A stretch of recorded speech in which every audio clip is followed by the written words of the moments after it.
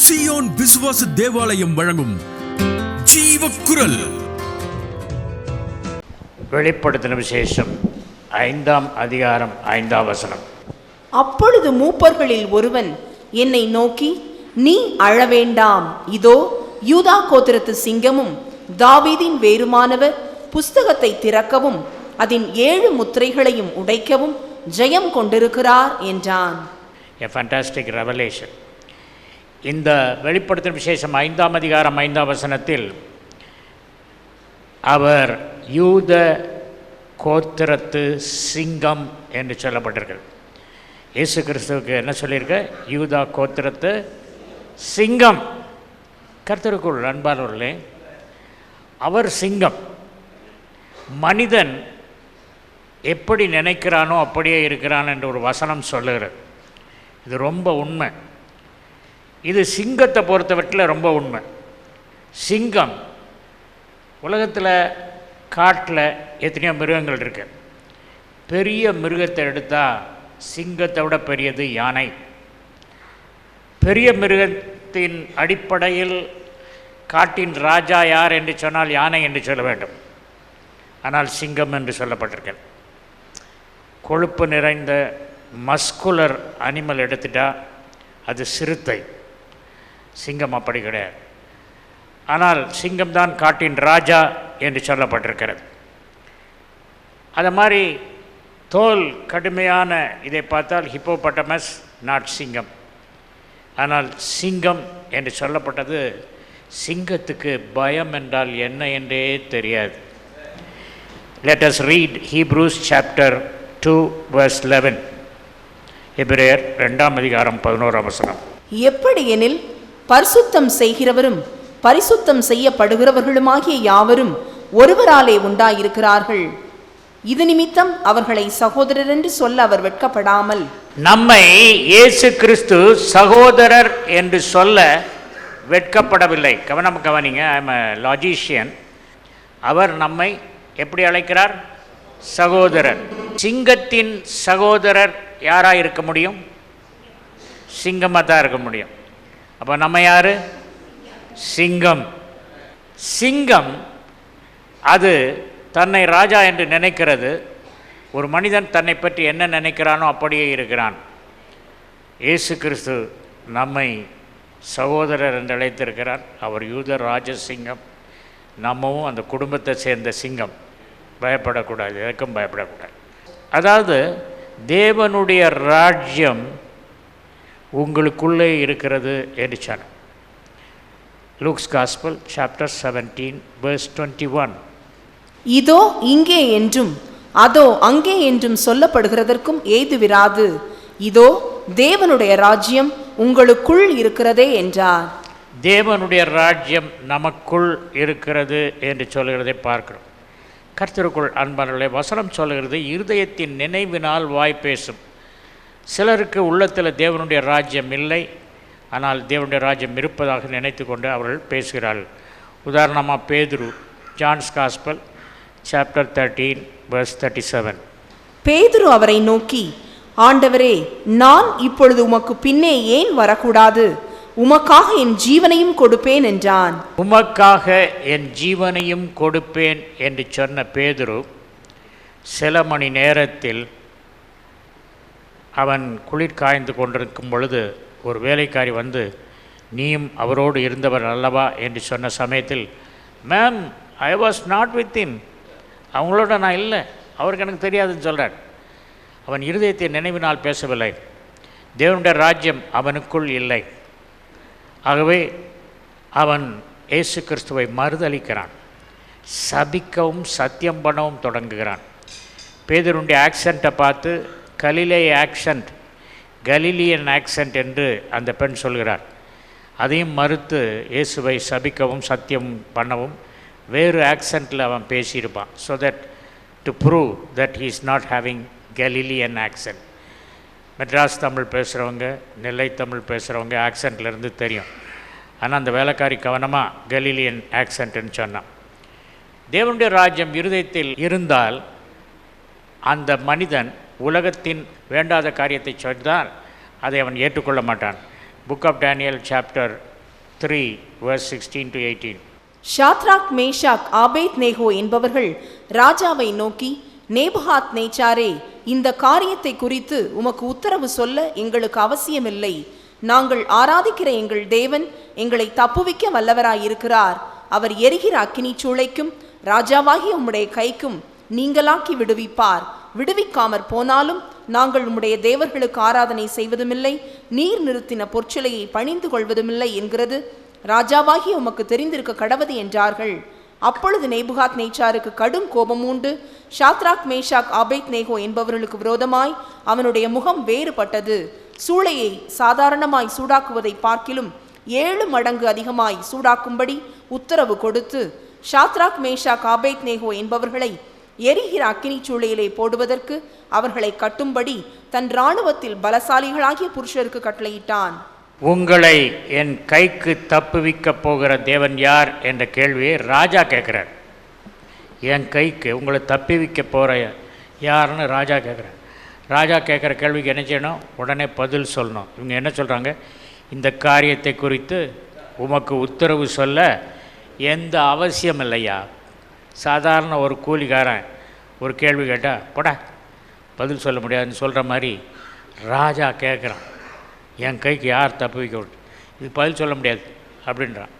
பாருங்கள் எவ்வளோ ஃபெய்த் அவர்கிட்ட. Because the kingdom of God was with him. நாங்கள் ஆராதிக்கிற எங்கள் தேவன் எங்களை தப்புவிக்க வல்லவராக இருக்கிறார் அப்படின்னு சொல்லிட்டு அவர் எரிகிற அக்கினி சூளைக்கும் ராஜாவாகிய உம்முடைய கைக்கும் நீங்களாக்கி விடுவிப்பார் அப்படின்னு சொல்கிறான். அதுக்கப்புறம் மொழிபெயர்ப்பில் 18ஆம் வசனம் முதல் வார்த்தை எப்படி இருக்குது? விடுவிக்காமல் போனாலும். அப்போ நீங்கள் நினைக்கலாம், ஷாத்ராக் மேஷாக் ஆபேத்நேகோவுக்கு தேவன் விடுவித்தாலும் விடுவிப்பார், விடுவிக்காவிட்டாலும் போயிடுவார் அப்படின்னு தேவன் மேலே ஒரு சந்தேகம். It is a mistake in translation.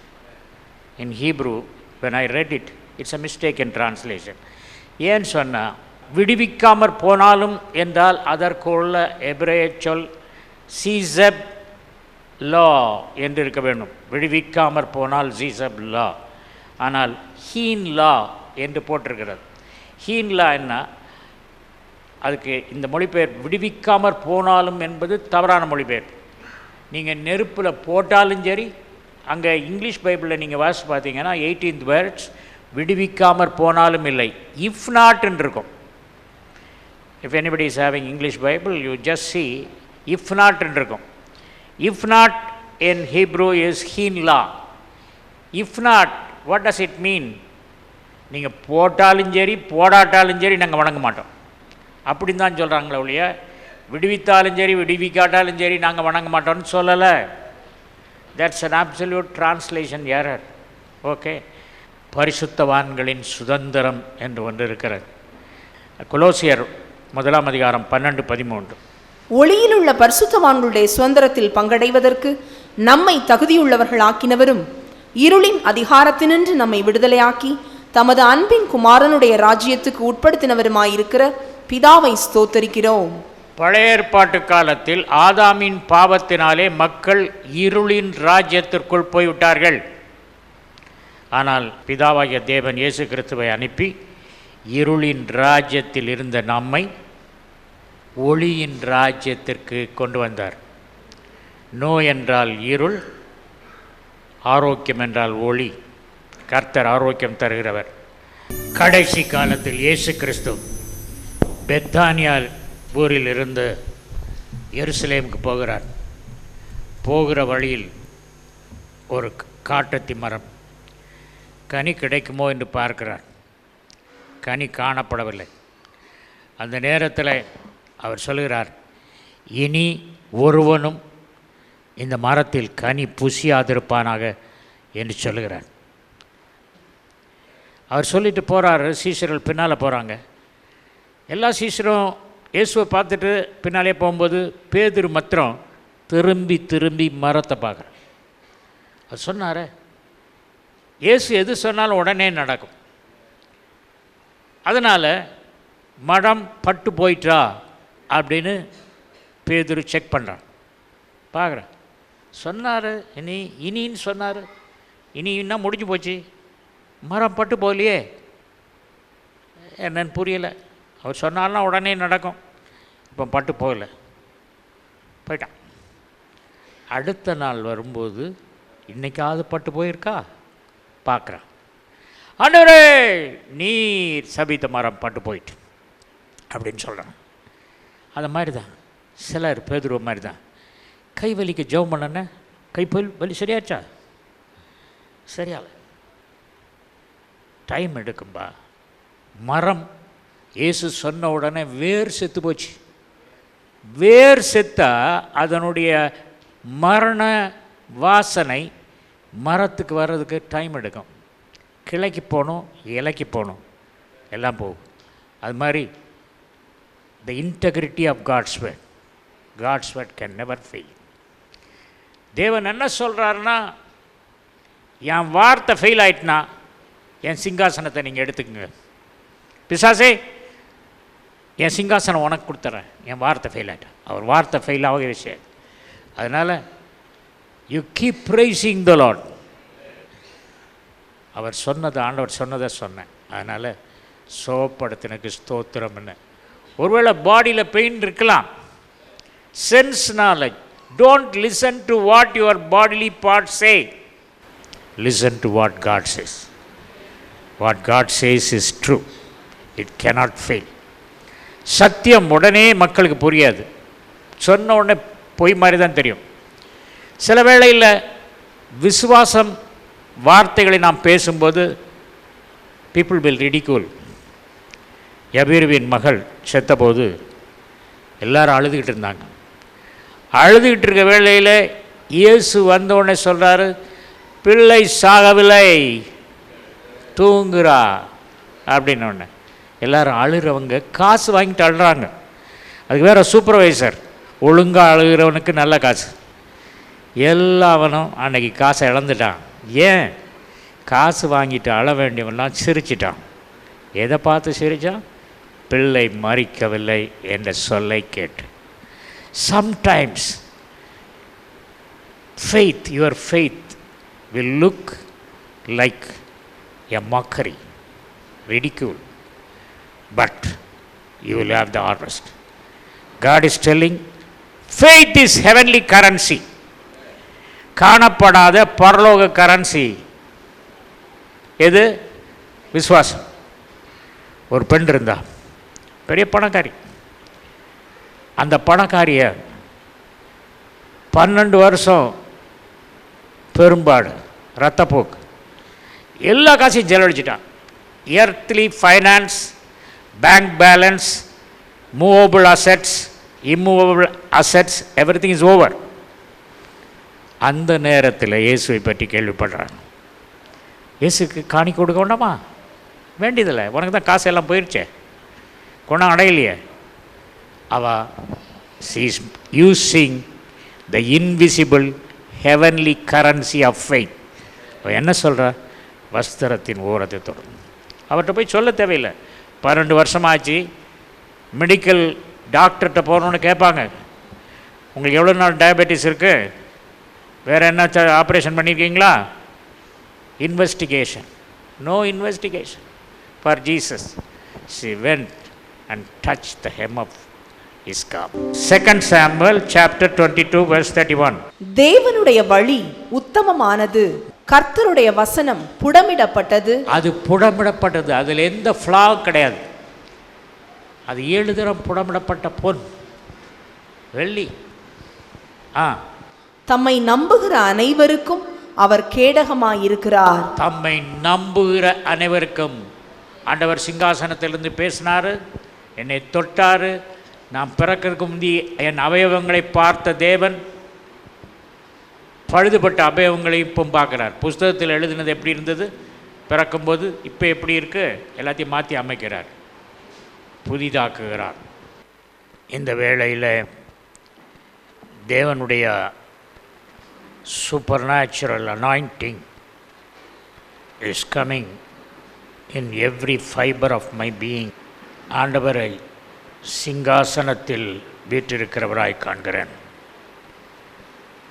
சிங்காசனத்தில் வீற்றிருக்கும் ஆண்டவர் வெளிப்படுத்தின விசேஷம் 21ஆம் அதிகாரம் 5ஆம் வசனத்தில் என்ன சொல்கிறார்? Revelation chapter 21 verse 5. சிங்காசனத்தின் மேல் வீற்றிருந்தவர், இதோ நான் சகலத்தையும் புதிதாக்குகிறேன் என்றார். சிங்காசனத்தில் வீற்றிருக்கிறவர் சகலத்தையும் புதிதாக்குகிறேன் என்று சொல்கிறார். கர்த்தருக்குள் அன்பானுள்ளே, இங்கே உட்கார்ந்திருக்கிற நீங்கள் எல்லாரும் தாயின் கருவில் உருவான சமயத்தில் ஒவ்வொரு உறுப்பும் எப்படி உருவாகிறது என்பதை ஆண்டவருடைய கண்கள் கண்டன. சங்கீதம் 139 வசனம் 16. என் கருவை உம்முடைய கண்கள் கண்டது, என் அவயவங்களில் ஒன்றாகிலும் இல்லாத போதே அவைகள் அனைத்தும் அவைகள் உருவேற்படும் நாட்களும் உமது புஸ்தகத்தில் எழுதியிருந்தது. கர்த்தருக்குள் அன்பாளர்களே, இயேசு கிறிஸ்து உலகத்தில் இருந்த நாட்களிலே மத்தேயு 15ஆம் அதிகாரம் 30-31 you can get healing from the word of God. அப்பொழுது சப்பாணிகள், குருடர், ஊமையர், ஊனர் முதலிய அநேகரை திரளான ஜனங்கள் கூட்டிக் கொண்டு இயேசுவினிடத்தில் வந்து அவர்களை அவர் பாதத்திலே வைத்தார்கள். அவர்களை அவர் சொஸ்தப்படுத்தினார். ஊமையர் பேசுகிறதையும், ஊனர் சொஸ்தமடைகிறதையும், சப்பாணிகள் நடக்கிறதையும், குருடர் பார்க்கிறதையும் ஜனங்கள் கண்டு ஆச்சரியப்பட்டு இஸ்ரவேலின் தேவனை மகிமைப்படுத்தினார்கள். கர்த்தருக்குள் அன்பார்களே, பரலோகத்தில் there is a big warehouse.